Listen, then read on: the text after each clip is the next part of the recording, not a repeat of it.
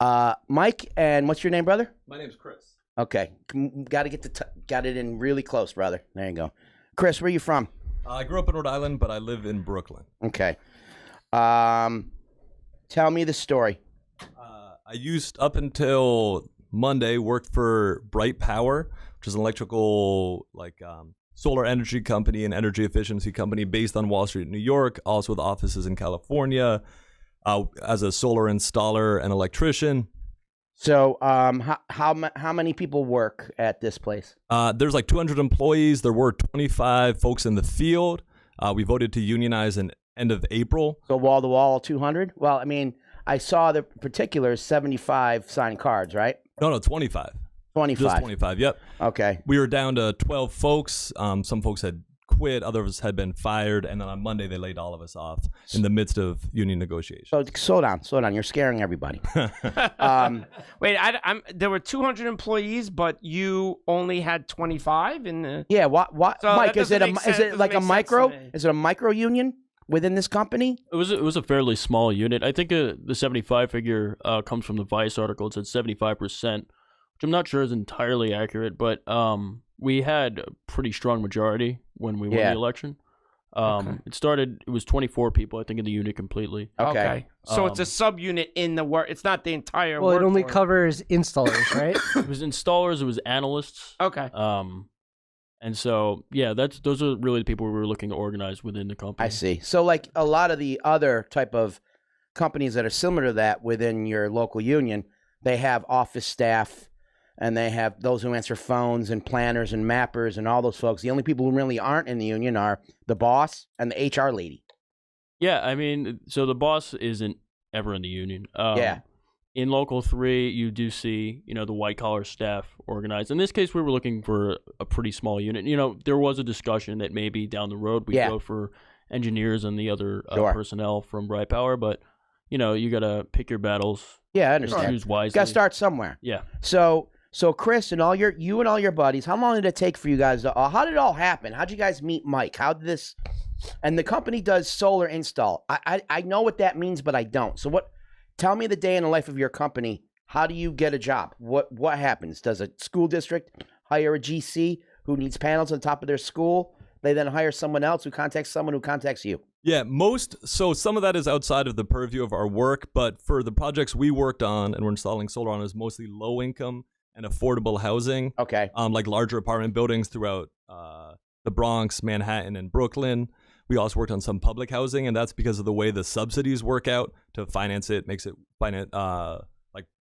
financially worthwhile for the property owners. Because they're getting free money. It's not like if they had to, right? They're going to install solar. They're going to because they got it from someone. Yeah, and because it just brings down their electric bill. It's like an investment. It's not. Sure. And so we would on a given day be working on buildings in different parts of the city, setting up solar panels, wiring them, doing the interties into the grid.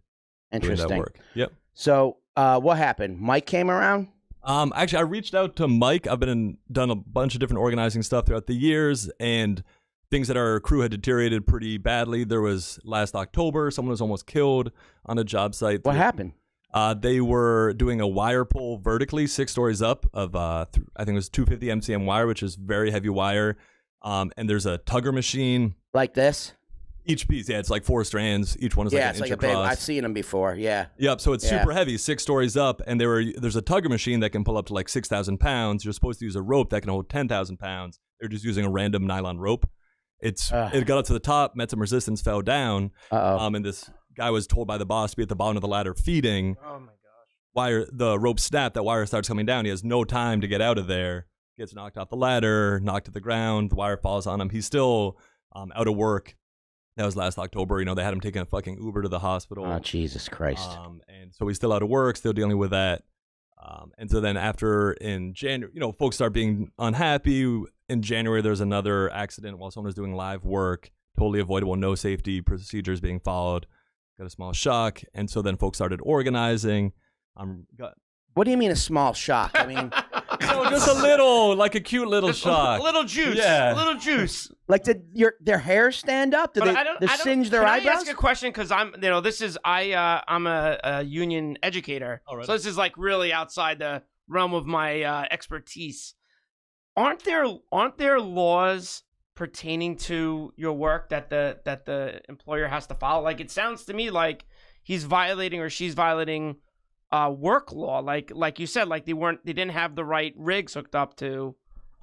So how come you just call OSHA? Like, yeah, that's everyone right. else? Thank you. That's my question. Thank you. True. I mean, reasonable question. For me personally, it's like the specific rope thing. I don't actually know how it would fall into OSHA because it's like a misunderstanding. It's not something we do that much. That specific right, problem. but what about getting fixed. like shocked? I mean, like city buildings or something. We formed you know? a committee and like went to the bosses and we're like, we'll no longer do this work anymore. Okay. But it just personally, like, they're going to keep getting you like that, and you're going to have to keep calling OSHA if you don't get a union. We're only asking Chris these stupid freaking questions is because we want our audience to truly understand what's going through you guys' mind as you're organizing. Absolutely. Most people are like, well, I'm in a union. Well, you're dying in a cubicle working in Child Protective Services. You didn't organize that union in that workplace. You took that job, and now you have a union, and you have no idea what sacrifices it took for generations before you to have it. A lot of educators are like that. A lot of cops are like that. Very true. Very few in the construction trades are like that. But there are a lot in the construction trades that had to fight and kill and sometimes die to get where Chris is. And it takes a lot of courage for you to be here, by the way. I understand that. So you got a hold of Mike. You got cards signed within what? Weeks? Days? It took a while. We were working on it behind the scenes for a while, and then after the first kind of big meeting where we got maybe 60% of our crew to the office, I was like, all right, so in the next few weeks, we can get cards signed. And everyone's like, we'll get the rest of the cards signed tomorrow.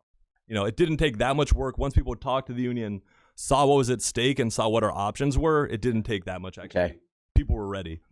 Now, you went to the employer without having to do an election? Or he instantly recognized, or what happened? Oh, no, we had to do an election. Okay. There's the 5-week period. They hired Littler Mendelsohn Inc., which, according to this Vice article that just came out, is the world's largest union-busting law firm. They're definitely... They all claim to be the largest. Yeah, it's a real Littler Mendelsohn is pretty big. They provided a lot of lawyers for Trump's union-busting activities, like Labor Department and stuff. Yeah. Great.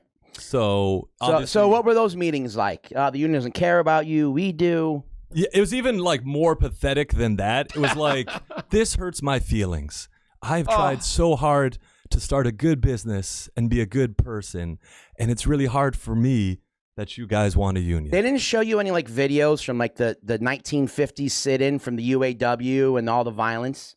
They didn't. Yeah. Fortunately not. Oh, they didn't? They did not. They did not. No. Oh, man. But they were like, unions are great, just not here. Yeah. But, you know. That's like the progressive talking point. Exactly, yeah. So, and Yeah. it's like, we know they literally said at one of the anti-union meetings, the CEO was there, if you leave the Bright Power family for the union family, there's no coming back.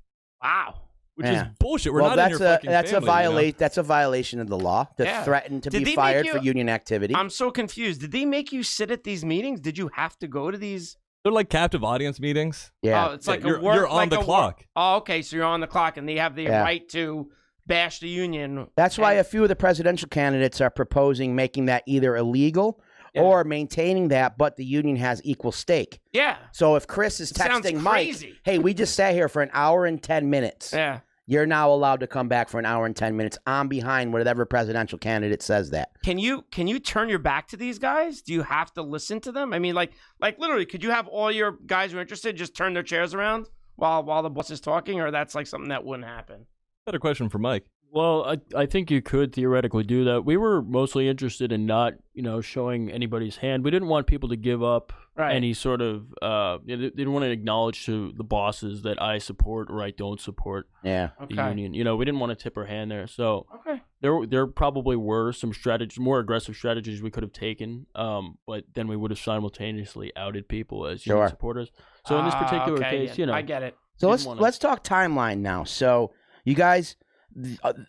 The atrocities happened. 2 people almost died. Someone got shocked. Someone almost got crushed to death by some wire, and then all of a sudden you guys got together and signed cards. So when did the atrocities happen, and then when did the card signing happen? First entry October, second one January, I believe. October of 18. Exactly. Then January of 19. Precisely. Then the vote was April 23rd or 28th, so the pledge cards were 5 weeks before that. So okay. Early March. So yeah, that's maybe good. a month before that. That's pretty aggressive. That's good job, Chris. Good job to you guys. And our crew, yeah. Definitely. I mean, you should be very proud. I mean, it's not like you didn't expect what to happen, or no? Is this came to you surprise that they canned you? I wouldn't say a surprise in the abstract. The timing was a little bit like we were negotiating. The last negotiation, it was a real slow start. They weren't meeting. They were, delaying all these things. We finally got to talking about stuff. And then the last negotiation, maybe we made it more clear that it was going to be a straight up agreement under the IBEW, which maybe scared them. And then, they just. But how can they? Again, I apologize. I don't understand how they can fire you for. I mean, they can't. I mean, legally, they can fire you for being a. Come on, what do you think this show's all about, Perry? Labor laws are so weak. Unless we get out there and start flipping cop cars, they can get away with this stuff. I mean, but their reason could not have been. Like, what was their reason for termination? They sent out they fired us, and then in the middle of that conversation, sent out a company-wide email, and they set themselves up, obviously, legally. They're saying that they used to subcontract all their installation. For the last 4 years, they had an in-house installation crew. Their conclusion is that they're not good at that.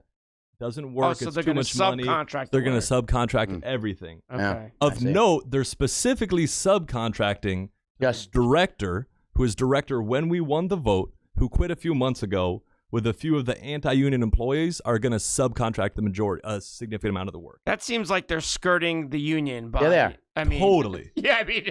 yeah. But they're progressive, so it's all right. But so what is the IBEW doing about this? What's the next step? The first step is to make sure everybody's set for the holiday, right? This comes at a terrible time. You know, it's one of the worst things you could do to somebody. And it's strategic too, Mike, because let's demoralize them right now going into the birth of Jesus. It's all it's all deliberate. You know? They know that they're gonna just put these people out of work, and they're not gonna be able to afford a decent holiday for their families. It's a tactic through and through. We're just making sure we take every step to counter that. Yeah. Right now we're negotiating a severance package. And we want to make sure that's fair. We're discussing all the ins and outs of how that interacts with unemployment, whether you can still get paid your unemployment check and then get a severance package on top of it, etc. So we're reviewing all our options on the legal level to see about what the most and I know that without you even saying it, there's other options other than that, but in the sake of time. We're mulling over a lot, and I think people can. I hope to get the Vice article that was published today linked in the description for the podcast here. Yeah, and, no problem. Also, and we'll also do our own story as well. We'll get some quotes from Chris and your guys. All right. 100%. There will be ways to follow up. As this. And I understand, like this his company, Bright Power, prides itself in its reputation. Let's taint it. Yeah, absolutely. I think, I mean, they tainted it themselves. That's the problem, right? Yeah. You can't go around and say that you're progressive. You can't go around saying, oh, I love the Green New Deal and I want to save the world with solar if you're going to exploit your workers. And, I mean, for example, there's somebody who's worked there for 22 years who makes $17.50 an hour. Yeah. That's that is ridiculous, especially with the minimum wage being $15 an hour in New York. Yeah, you can't do that to somebody. In my book, I think that should be something that you can prosecute, right? Like you shouldn't be able to get away with it. Yeah. So, we're taking every step we can really slowly, just mulling over our options and making sure we're being strategic about our choices here. Yeah. How much does the CEO of that company make? Do you know? I do know, Chris. Don't know. I'm sure it's millions, and he's paying his workers $17. So if you look at the Vice article, he said that by virtue of the fact that he doesn't have a yacht, that nobody at BPIC should organize. Yeah, that's oh my God. Wow. That's pathetic. I have a brand new Tahoe at home. I don't drive it here to the office. I don't want to piss off. Brand new used Tahoe. There you go. Brand newish. James. Hey, we know where you live. James. What do you I'm sorry, guys. You think, Jimmy? Isn't this piss you off a little bit? Yeah, I don't understand. He's got to get on the mic. Jimmy's saying he doesn't understand. Local free guys got given into development. Yes, of course, guys. There's no fucking doubt about that. The local union is giving them all the support that they need. That's not even the question.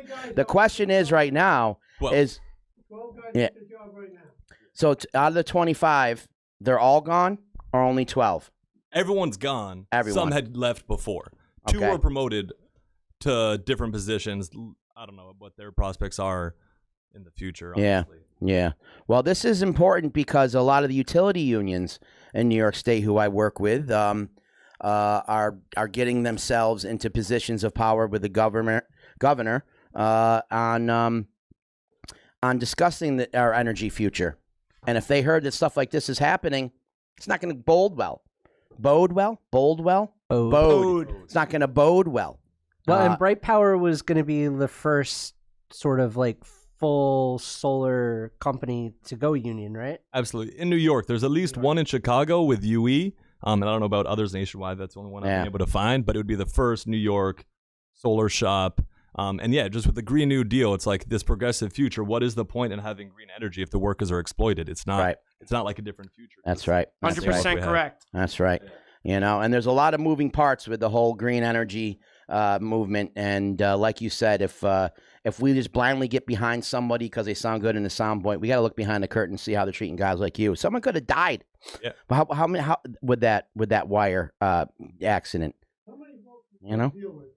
How many volts do you guys deal with? I mean, for AC, we do do some 277, 480 stuff, but then also we do DC systems that are up to 1,000 volts too, because we have an inverter converts the DC to AC. Because a lot of people are going to say, well, you're just you're tying together. You're doing finish work. You shouldn't get paid the A rate. Well, that's bullshit because you're dealing with 277. Yeah. Right. I mean, you're dealing with major A construction rate stuff that requires schooling intelligence to do. Absolutely. And we run conduit, run wires, do interties. We do though also even just installing solar panels on, racking is still electrical work. Yeah. And we made that clear because the company tried to say, oh, you're just laborers, and the union is. Jimmy, you what? What? No one can hear you. Just repeat what he's saying, then, Chris. Jimmy, what's your question? What? Are you putting installations on commercial buildings or residential? It's like large apartment buildings. I'm translating for I think he said that already, though. Jimmy, you're done. But anyway, these men got to get back on the road, guys. Anything else? We're going to do everything in our power to help you. All right, we'll do a blog post on it. We'll get some interviews done. We'll actually push it. All right, and we'll talk more later on the side, Mike, about how to strategize and get more out of that. Okay? Also, what's the name of that article for Vice that you want? Oh, yeah. We're gonna tag it, but just for everyone who's listening right now. Pull it up real quick. Yeah, great. Just if you go to Vice and Google Bright Power or do their search it. Do you remember the reporter on it? Lauren Gurley is the name of the reporter. Like Gurly? Ley. And then the name of the article is "This Solar Energy Company Fired Its Construction Crew After They Unionized." Pretty straightforward. That's the best headline I've ever. What do you think, Jimmy? She's a great reporter. Can you have done a better one? No. You got me. All right. All right. Thanks, y'all. All right. So thank you guys so much.